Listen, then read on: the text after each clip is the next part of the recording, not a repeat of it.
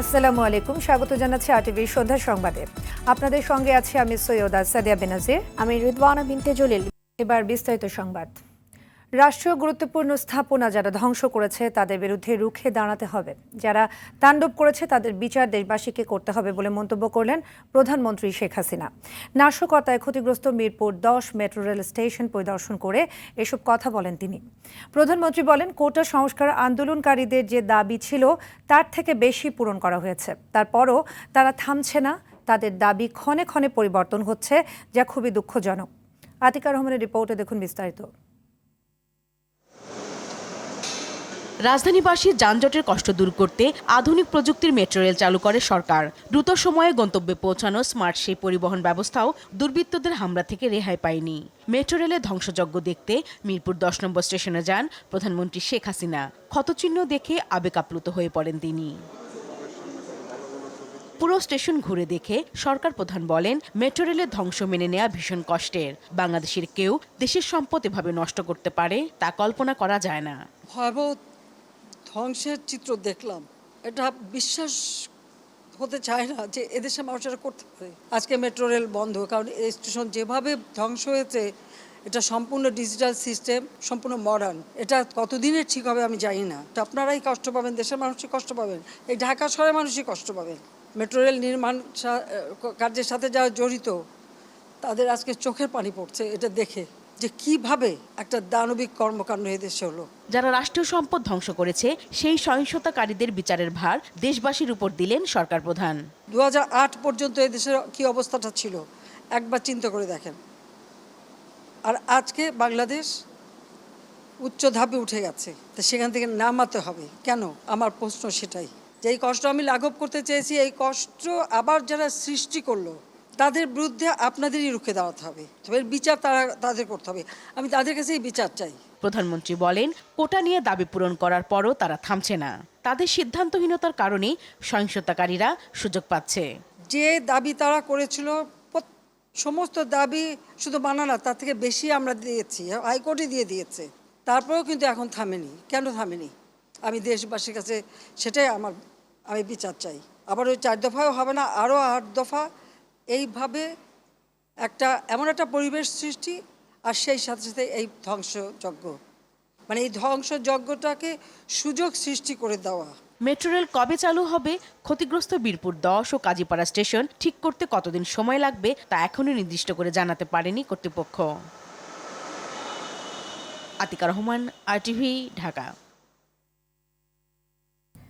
কারফিউয়ের মধ্যে দ্বিতীয় দিনের মতো খুলেছে সরকারি, বেসরকারি এবং স্বায়ত্তশাসিত প্রতিষ্ঠান। ব্যস্ততা বেড়েছে নগরবাসীর।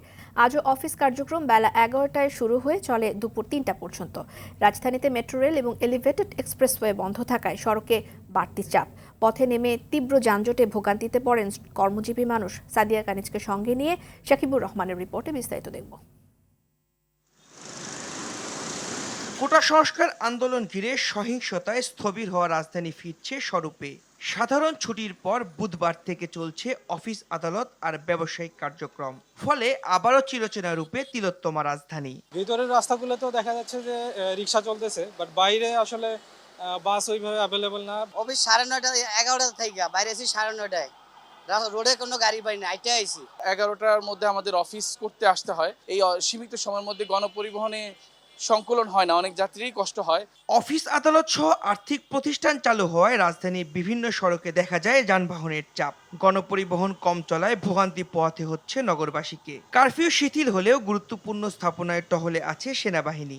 আমরা সুন্দর পরিবেশ চাই, জনমনে স্বস্তি ফিরে আসুক, এটা চাই। গণপরিবহন একটু সমস্যা, তারপর যেতে তো হবে। একটু ভয় কাজ করতেছে, স্বাভাবিক, এটা তো সবার মধ্যেই করতেছে। এদিকে বুধবার থেকে শুরু হওয়া আর্থিক লেনদেনে কিছুটা চাপ ব্যাংক ও এটিএম বুথগুলোতে। এখানে আসছি, তা কিছু টাকা উঠাবো, যাবো আরেক ব্যাংকে জমা দিতে। নিজের বিবেক বৈরাগ্য হিসাবে সবাই যেন জীবনযাপন করার চেষ্টা করি আমরা, এবং অচিরেই যেন আমরা পূর্বের অবস্থায় ফিরে আসি। গতকালকে হেঁটে আসছিলাম, আজকে পাইছি গাড়ি। এই যে 4-5 দিন যাবত মানে আমরা যে অশান্তির ভিতরে ছিলাম, এখন তো আলহামদুলিল্লাহ দেখি এখন দেশ মানে আগের মতোই চলতে আছে। কারফিউ শিথিল সময়ে মানুষের চলাচল নির্বিঘ্ন এবং নিরাপদ করতে সেনাবাহিনী সহ আইন শৃঙ্খলা বাহিনীর সদস্যরা তৎপর রয়েছেন। ঘন্টার পর ঘন্টা জ্যামে দাঁড়িয়ে আছি, এটা আসলে আমাদের জন্য একটু মানে খুব কষ্টেরই বলা যায়। যতক্ষণে যাওয়ার কথা ছিল তার থেকে অনেক পরে যেতেছে, মানে গুলশান আপনার হাতিঝিল ওই রাস্তাটা প্রচুর জ্যাম। একটু তো দীর্ঘক্ষণ বসে থাকতে হচ্ছে, প্লাস মেট্রো রেল নাই এখন, এখন একটু যানজট হবে, এটা স্বাভাবিক। সাকিবুর রহমান, RTV, ঢাকা। চট্টগ্রামে সকাল 9টা থেকে সন্ধ্যা 6টা পর্যন্ত কারফিউ শিথিল রয়েছে। মহানগরের বিভিন্ন স্থানে টহলে রয়েছে আইনশৃঙ্খলা বাহিনী। খুলেছে ব্যাংক সহ অফিস, আদালত। মহাসড়কে বেড়েছে যানবাহন ও মানুষের চলাচল। রাজশাহীতে অফিস, আদালত ও ব্যাংকের কার্যক্রম চলছে স্বাভাবিকভাবে। এসব প্রতিষ্ঠানে ভিড় করছেন গ্রাহকরা। ভোর 6টা থেকে সন্ধ্যা 6টা পর্যন্ত কারফিউ শিথিল করা হয়েছে বরিশালে। পঞ্চগড়ে ভোর 6টা থেকে সন্ধ্যা 7টা পর্যন্ত কারফিউ শিথিল রয়েছে। রংপুর, খুলনা, সিলেট সহ সব জেলায় কারফিউ শিথিল করায় জনজীবনে স্বস্তি ফিরেছে। সেনাবাহিনী মোতায়েন করায় আইনশৃঙ্খলা পরিস্থিতির উন্নতি এবং জনমনে স্বস্তি এসেছে বলে জানায় স্থানীয় লোকজন। স্বরাষ্ট্রমন্ত্রী আসাদুজ্জামান খান কামাল বলেছেন, কোটা সংস্কার আন্দোলনের আড়ালে স্বাধীনতা বিরোধী চক্র দেশব্যাপী নাশকতা করেছে। দুপুরে রংপুর শিল্পকলা একাডেমি মিলনায়তনে স্থানীয় জনপ্রতিনিধিদের সঙ্গে মতবিনিময় সভা শেষে তিনি এসব কথা বলেন। এর আগে মন্ত্রী রংপুরে ক্ষতিগ্রস্ত তাজহাট থানা, নবাবগঞ্জ পুলিশ ফাঁড়ি, বেগম রোকেয়া ভিসি বাসভবন, জেলা ও মহানগর আওয়ামী লীগের কার্যালয় পরিদর্শন করেন। এ সময় পুলিশের মহাপরিদর্শক চৌধুরী আবদুল্লাহ আল মামুন, সেনাবাহিনী ও বিজিবির রিজিওনাল কমান্ডার সহ ঊর্ধ্বতন কর্মকর্তারা উপস্থিত ছিলেন। যারা জঙ্গির উত্থান ঘটিয়েছিল, জামায়াত বিএনপি যারা সবসময় রাষ্ট্রকে একটা অকার্যকর মানে রাষ্ট্র পরিণত করার জন্য যারা কাজ করছে, তাদেরই একটা সুসংগঠিত ভাবে এই আন্দোলনের সঙ্গে তারা সম্পৃক্ত হয়ে গিয়েছে। শিক্ষার্থীদের নিরাপত্তা বিবেচনায় আগামী 28, 29, 31 জুলাই ও 1 আগস্টের সব বোর্ডের HSC ও সমমান পরীক্ষা স্থগিত করা হয়েছে।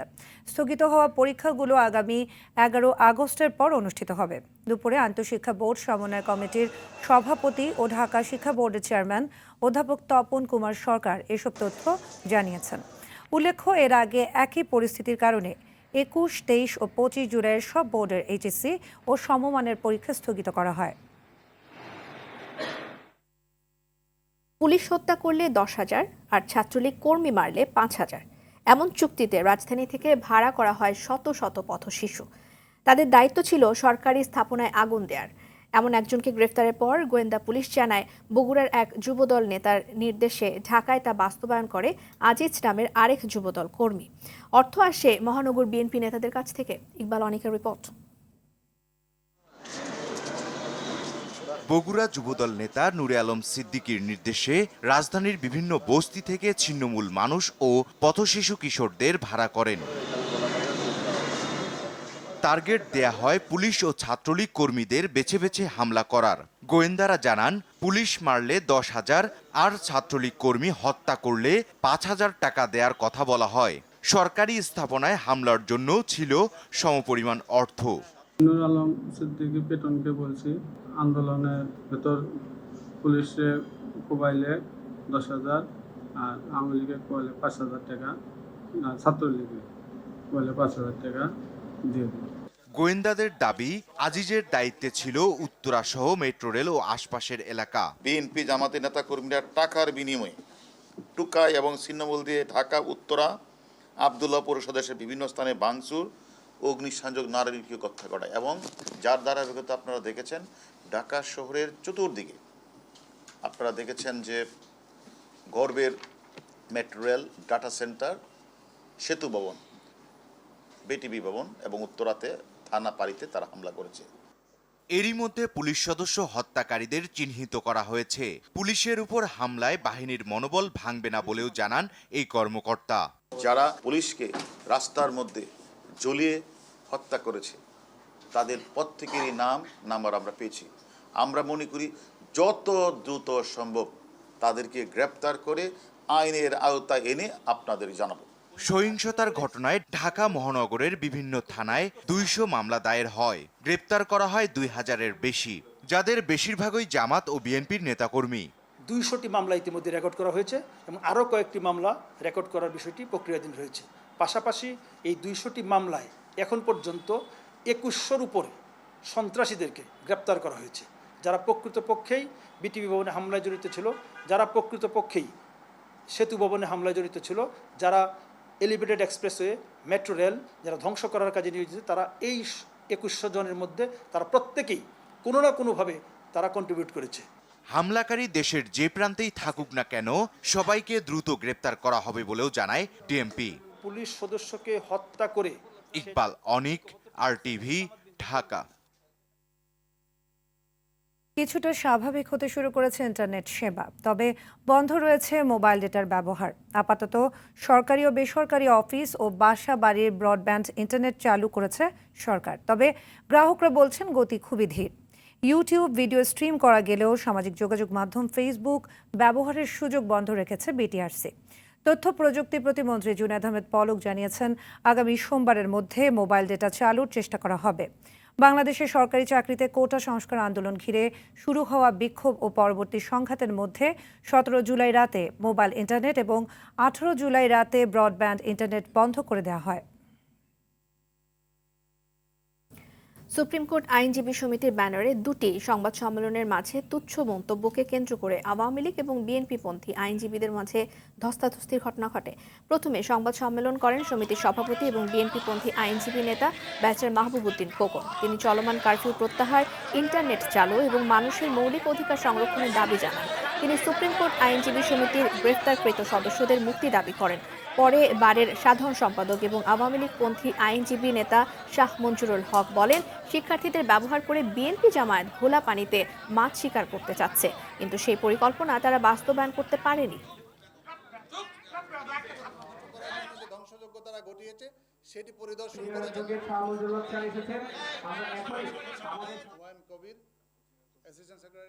দেশের চলমান কারফিউ প্রত্যাহারের জন্য দাবি জানাচ্ছি। বিভিন্ন সোশ্যাল মিডিয়া ইন্টারনেট চালু করার জন্য দাবি জানাচ্ছি। মানুষের মৌলিক অধিকার সংগ্রহণ করার জন্য দাবি জানাচ্ছি। আমরা চাই মানবাধিকার থাকবে, সংবিধান অনুযায়ী মৌলিক অধিকার থাকবে, সংরক্ষণ করবে। চক্রী মহল তারা এখনো বাইরে থাকতে চায়, তারা আন্দোলন করতে চায়, তারা গাড়ি পোড়াতে চায়, তারা স্থাপনায় অগ্নিসংযোগ করতে চায় এবং তারা সরকার, গণতান্ত্রিক একটি সরকারের বিরুদ্ধে ষড়যন্ত্র করতে চায়। ব্যান্ড তারকা এবং সঙ্গীত শিল্পী শাফিন আহমেদ আর নেই। আমেরিকার ভার্জিনিয়ার সেন্টার হাসপাতালে বাংলাদেশ সময় সকাল 6:50 তিনি মারা যান। ইন্না লিল্লাহি ওয়া ইন্না ইলাইহি রাজিউন। মৃত্যুকালে তার বয়স হয়েছিল 63 বছর। মৃত্যুর বিষয়টি তার ভাই হামিন আহমেদ নিশ্চিত করেছেন। ম্যাসিভ হার্ট অ্যাটাক হয়েছিল দেশের জনপ্রিয় এই ব্যান্ড তারকার। বিস্তারিত তানজিনা তাসনিমের রিপোর্টে।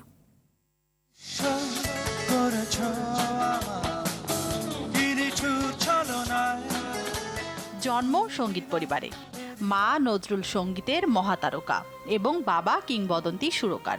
এই পরিবারে জন্ম নেওয়ার সুবাদে ছোটবেলা থেকেই গানের মধ্যে বড় হয়ে ওঠা তার। শ্রোতা মহলকে উপহার দিয়েছেন অসংখ্য শ্রোতানন্দিত গান।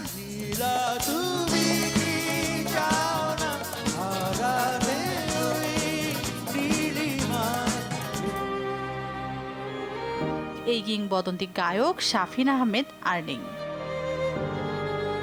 মৃত্যুর বিষয়টি তার ভাই হামিন আহমেদ নিশ্চিত করেছেন। শাফিনের ম্যাসিভ হার্ট অ্যাটাক হয়েছিল।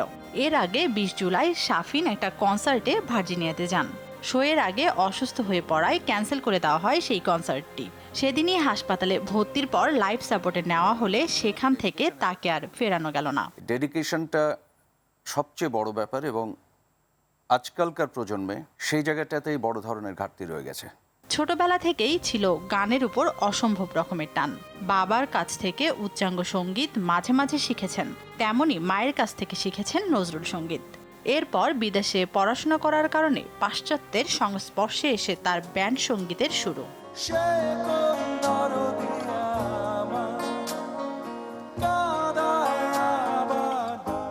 1979 সালে গঠিত হয় বাংলাদেশের অন্যতম জনপ্রিয় ব্যান্ড মাইলস। এর কিছুদিন পর এতে যুক্ত হন শাফিন ও হামিন। এরপর বাংলাদেশের অসংখ্য শ্রোতানন্দিত গান উপহার দিয়েছেন তারা। চাঁদ তারা সূর্য, জ্বালা জ্বালা, ফিরিয়ে দাও ও ফিরে এলো নার মতো অসংখ্য জনপ্রিয় গান রয়েছে।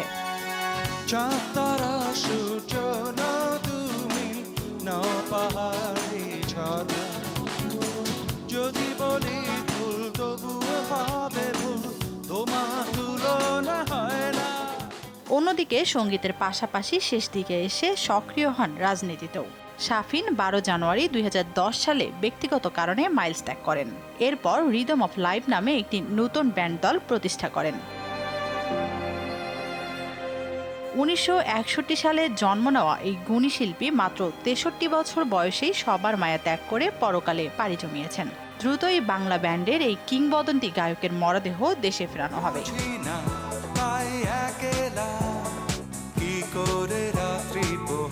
তানজিনা তাসনিম, RTV। যে কোনো ষড়যন্ত্র মোকাবেলায় আওয়ামী লীগ প্রস্তুত বলে জানিয়েছেন দলটির সাধারণ সম্পাদক সড়ক পরিবহন ও সেতুমন্ত্রী ওবায়দুল কাদের। দুপুরে ঢাকা জেলা আওয়ামী লীগের কার্যালয়ে ঢাকার মহানগর উত্তর আওয়ামী লীগের বিভিন্ন ইউনিটের সাথে মতবিনিময় সভায় এ কথা বলেছেন তিনি। মন্ত্রী বলেন, লাশের উপর ভর করে ক্ষমতায় যাওয়ার দুঃস্বপ্নে বিভোর ছিল বিএনপি জামায়াত। তাদের তারেক জিয়ার অর্থায়ন এবং নির্দেশে জামায়াত শিবির এ ধ্বংসযজ্ঞ চালিয়েছে বলেও মন্তব্য করেন ওবায়দুল কাদের।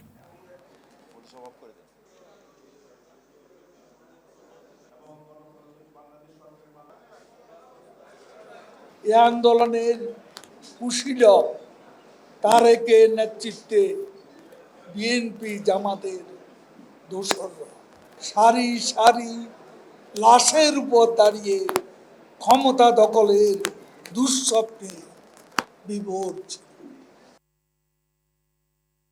রাষ্ট্রীয় সন্ত্রাসকে আড়াল করতে নির্দোষ নেতাকর্মীদের বাড়িতে অভিযান, তাদের সন্তান কিংবা বাসার সদস্যদের গ্রেপ্তার ও অশালীন আচরণের নিন্দা জানিয়েছেন বিএনপি মহাসচিব মির্জা ফখরুল ইসলাম আলমগীর। গণমাধ্যমে পাঠানো এক বিবৃতিতে তিনি বলেন, শুধুমাত্র 6 জনের হত্যাকাণ্ডের বিচার বিভাগীয় তদন্ত, সুকৌশলে পুরো হত্যাকাণ্ডকে ধামাচাপা দেয়ারই নামান্তর। বৈষম্য বিরোধী কোটা সংস্কারের দাবিতে কোমলমতি শিক্ষার্থীদেরকে পাখির মতো গুলি করে গণহত্যায় জড়িতদের বিচারের আওতায় এনে দৃষ্টান্তমূলক শাস্তির জোর দাবিও জানানো হয় বিবৃতিতে। কোটা সংস্কারের দাবিতে শিক্ষার্থীদের আন্দোলনের মধ্যে নরসিংদীতে ব্যাপক তাণ্ডব চালিয়েছে দুষ্কৃতকারীরা। পুলিশ ফাঁড়ি সহ বিভিন্ন সরকারি স্থাপনায় হামলা হয়, ভেঙে ফেলা হয় নরসিংদী জেলা কারাগারের মূল ফটক। এতে পালিয়ে যায় 826 জন আসামি। যদিও এরই মধ্যে অনেক আসামি আত্মসমর্পণ করেছেন। সেদিনের ঘটনা তুলে ধরছেন জেলা প্রতিনিধি নূরে আলম রনি, জানাচ্ছেন সৈয়দ মাহমুদ।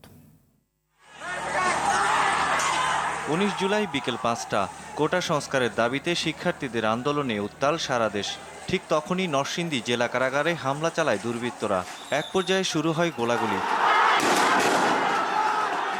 সংশ্লিষ্টরা জানান, হামলার সময় লুট করা হয় অস্ত্র। কারাগার ছাড়ে 826 কয়েদি।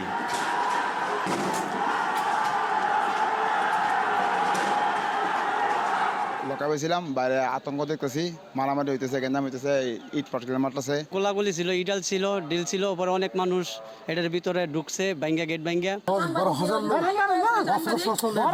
ভিতরে ঢুকে ফিরাইয়া নিয়ে গেছে, তালা ভাঙছে, আসামিদেরকে ছেড়ে দিয়েছে চলে যাওয়ার জন্য। এবং আমরা এটাও শুনেছি অনেক আসামি যেতে চাই নাই, তাদেরকে পিটিয়ে এখান থেকে তাড়িয়ে দিয়েছে। শুধু কারাগার নয়, নরসিংদী জেলা পরিষদ সহ বিভিন্ন সরকারি স্থাপনায় হামলার কথা জানান জেলা প্রশাসক। মাধবদী পৌরসভা, জেলা পরিষদ, পুলিশের হাইওয়ে থানা এবং নরসিংদী কারাগার সহ এক নাগারে একসাথে তারা সেখানে আক্রমণ করেছে এবং আগুন দিয়েছে। সংশ্লিষ্টরা জানান, হামলার সঙ্গে জড়িতদের দ্রুত আইনের আওতায় নিয়ে আসা হবে।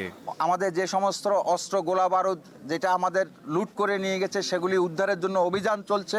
অস্ত্রধারী সহ ধরিয়ে দিতে পারেন তাদেরকে বিশেষ পুরস্কার, অস্ত্র উদ্ধার করে দিতে পারলে 50,000 টাকা পুরস্কার প্রদান করা হবে। কিন্তু নিরাপত্তা বাহিনী, পুলিশের বাহিনী, আমরা যারা এগুলি দেখছি, আমরা জানি এরা কতখানি ভয়ঙ্কর। এদেরকে খুব শীঘ্রই আমরা আইনের আওতায় নিয়ে আসতে পারবো। সরকারি স্থাপনায় হামলার নেপথ্যে কারা তা জানতে কাজ করছে তদন্ত কমিটি। তবে কর্তব্যে গাফিলতির অভিযোগে এরই মধ্যে নরসিংদী জেলা কারাগারের সুপার আবুল কালাম আজাদ ও জেলার কামরুল ইসলামকে সাময়িক বরখাস্ত করা হয়েছে। সকল কারাবন্দীকে অবিলম্বে আত্মসমর্পণের নির্দেশ দেওয়া হলো। সৈয়দ মাহমুদ, RTV। নিত্য প্রয়োজনীয় ভোগ্য পণ্যের দাম সহনীয় পর্যায়ে রাখার লক্ষ্যে রাজধানীর বিভিন্ন স্থানে ভর্তুকি মূল্যে বিক্রি শুরু করেছে দেশবন্ধু গ্রুপ। এসব পণ্যের মধ্যে রয়েছে চাল, ডাল, চিনি, ড্রাই কেক ও কোমল পানীয়। সকালে রাজধানীর কারওয়ান বাজার এলাকায় এর উদ্বোধন করেন জাতীয় ভোক্তা অধিকার সংরক্ষণ অধিদপ্তরের মহাপরিচালক AHM শফিকুজ্জামান। এ সময় দেশবন্ধু গ্রুপের অতিরিক্ত ব্যবস্থাপনা পরিচালক ব্রিগেডিয়ার জেনারেল অবসরপ্রাপ্ত জাকির হোসেন, দেশবন্ধু ফুড অ্যান্ড বেভারেজের সিইও ইদ্রিসুর রহমান, দেশবন্ধু সুগার মিলের সিইও শফিকুল আজম তালুকদার সহ গ্রুপের অন্যান্য কর্মকর্তারা উপস্থিত ছিলেন।